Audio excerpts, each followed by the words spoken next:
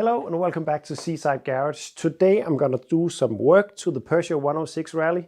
I have decided to try, at least, to get this car on the road quickly and use it as a winter car. So I'm not going to do much about the exterior and I'm not going to do much about cleaning stuff up. I'm just going to make it safe to drive and usable, reliable maybe, with that wiring. Who knows? I will try at least. So today I'm going to start work on the brakes. My plan for today is to rebuild the calipers at the front end and bleed the entire system and hopefully get rid of that jerking brake motion that is going on this car at the moment. Let's see how far we get. I do have the challenge of breaking loose bleeder nibbles and I really have a bad track record on that. They normally just break for me and then all hell breaks loose. But let's hope that doesn't happen today. It is an old rusty Peugeot, so I think, yeah, the odds are not in my favor. Anyway, let's get to work. Caliper off and on the bench.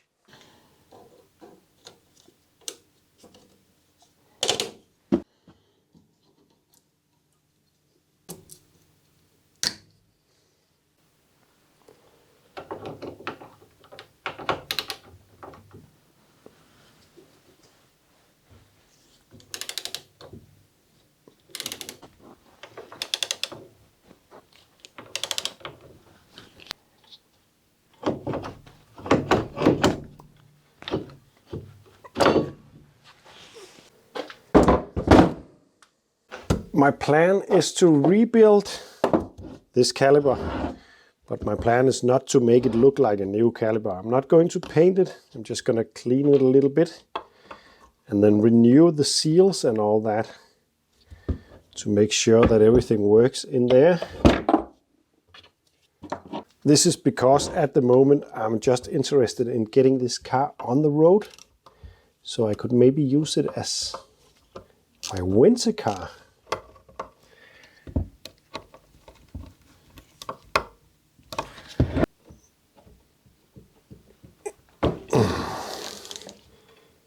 There we go.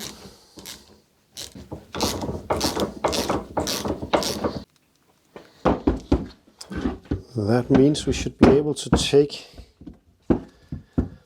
the pad holder off.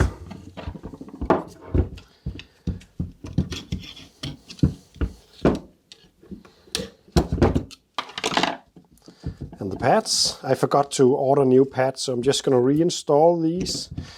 But I think I'm going to change them because some of them have some pretty uneven wear on them, which is not going to make anything good happen for the brake bias, like this, for instance.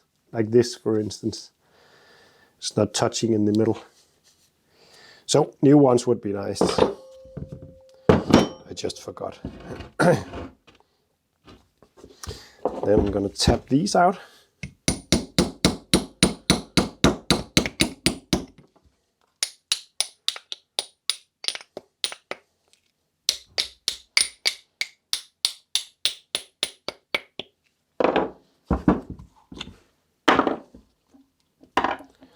These are the sliding pins and they are really corroded and nasty, so they are not going to slide very easily. That could end up making the brakes bind, so it's a good thing to change. Also, I'm going to change these rubbers.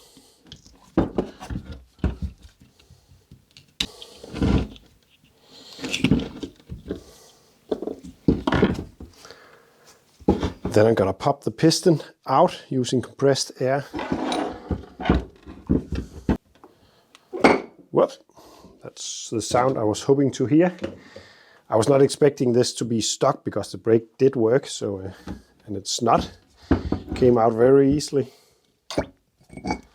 like so. I'm just going to put this old brake fluid in a container. It is now pretty much apart. I need to take this seal out, the dust seal, and then I need to take out the actual seal in here that seals the piston and make brake pressure. like this, and then I'm going to clean it up. So I have cleaned up the caliper, the inside primarily, and a little bit on the outside, but I'm only trying to make this function, not to look brand new. Now comes time to fit the new seal. Before fitting the new seal, I'm going to lubricate it using brake fluid. You could use some assembly grease for that, but I don't have the right kind that I know works with this kind of rubber, so I'm just going to use brake fluid, because I know that it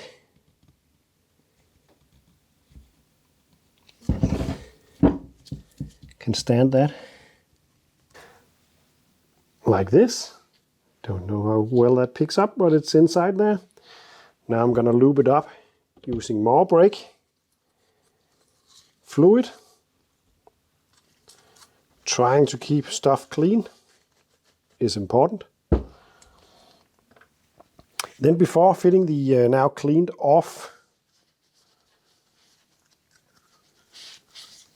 piston, I'm going to fit the dust seal just on the edge of it, and then press the dust seal lip inside to the caliper. That is the easiest way that I have found to install it, but it is still quite difficult. And again, I'm going to lube it all up, and then fitting the rubber lip inside that ridge to begin with, and then gently get it into the bore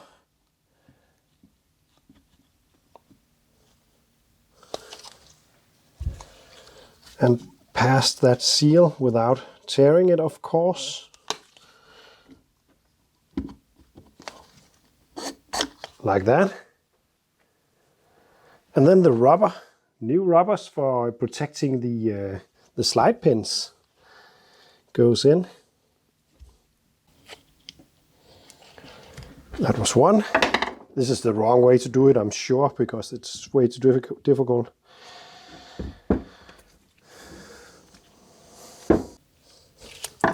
There we go, the rubbers are in.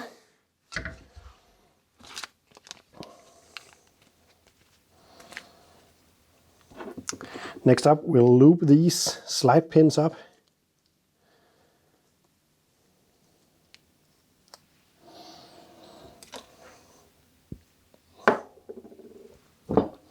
And fit the pad holder.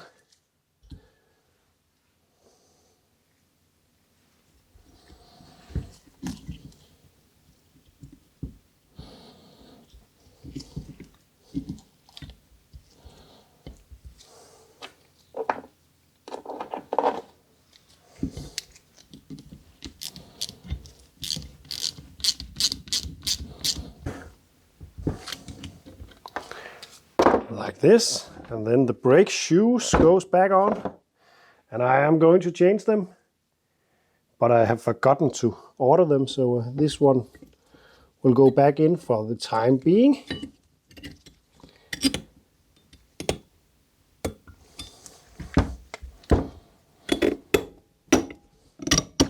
But that won't be for long, because these are way too worn and will destroy the disc.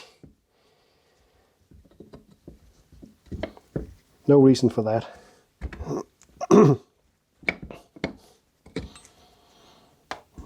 Oops, that's the wrong way. That won't work.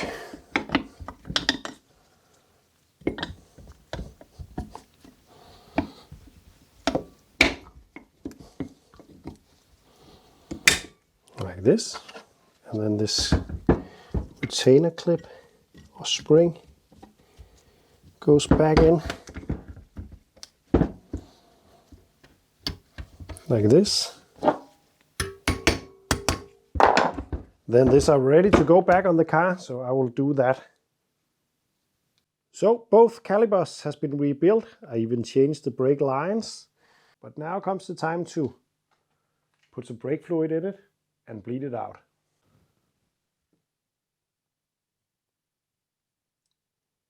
And now I'm going to use my brake bleeder. But it's a clever little thing. I'm going to put it on like that.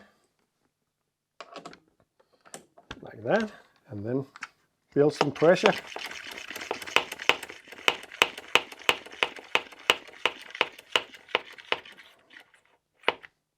Like that. And then start bleeding. It's a good idea to start at the caliper the farthest away. Whoops. Farthest away from the reservoir, which is this wheel. I haven't really done anything to the rear calipers, and I'm unsure if I maybe will have to rebuild them as well, but to begin with, I'm just going to bleed them and see how they perform, and then maybe rebuild them later on.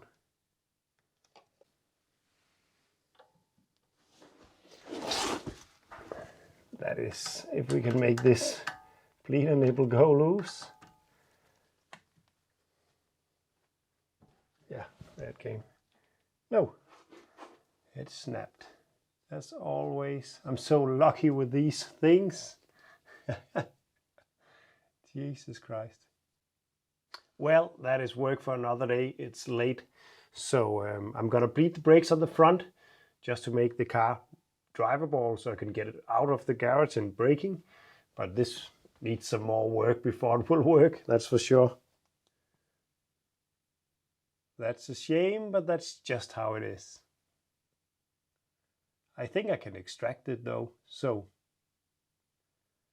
I'll try to do that. And the other one also snapped. They are just so tiny. It was a number 7 millimeters.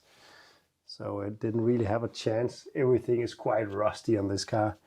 So it's annoying, but it's not surprising. Lucky for me, I think I will have a good chance to extract them. So I will make a video about that, because that could end up being a terrible video or a good video, depending on how you watch or how you like to, or what kind of stuff you're into. But more on that later. Well, I'm gonna bleed the front brakes anyway, because actually there's no reason to think that there's air in the system on the rear. But I'm gonna bleed them anyway, just in case, because it could happen. But I'm really unlucky when it comes to bleeder nipples. Or maybe I'm just not that very good at getting them loose, but small bleeder nipples and rust is really not a good combination. For this one though, I need the right size at least.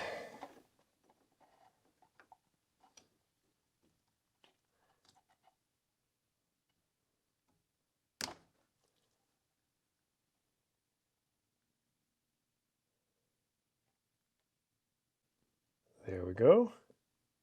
Bubbles, bubbles, bubbles. No bubbles. This one is good to go. Bubbles, bubbles, bubbles. Dirty fluid.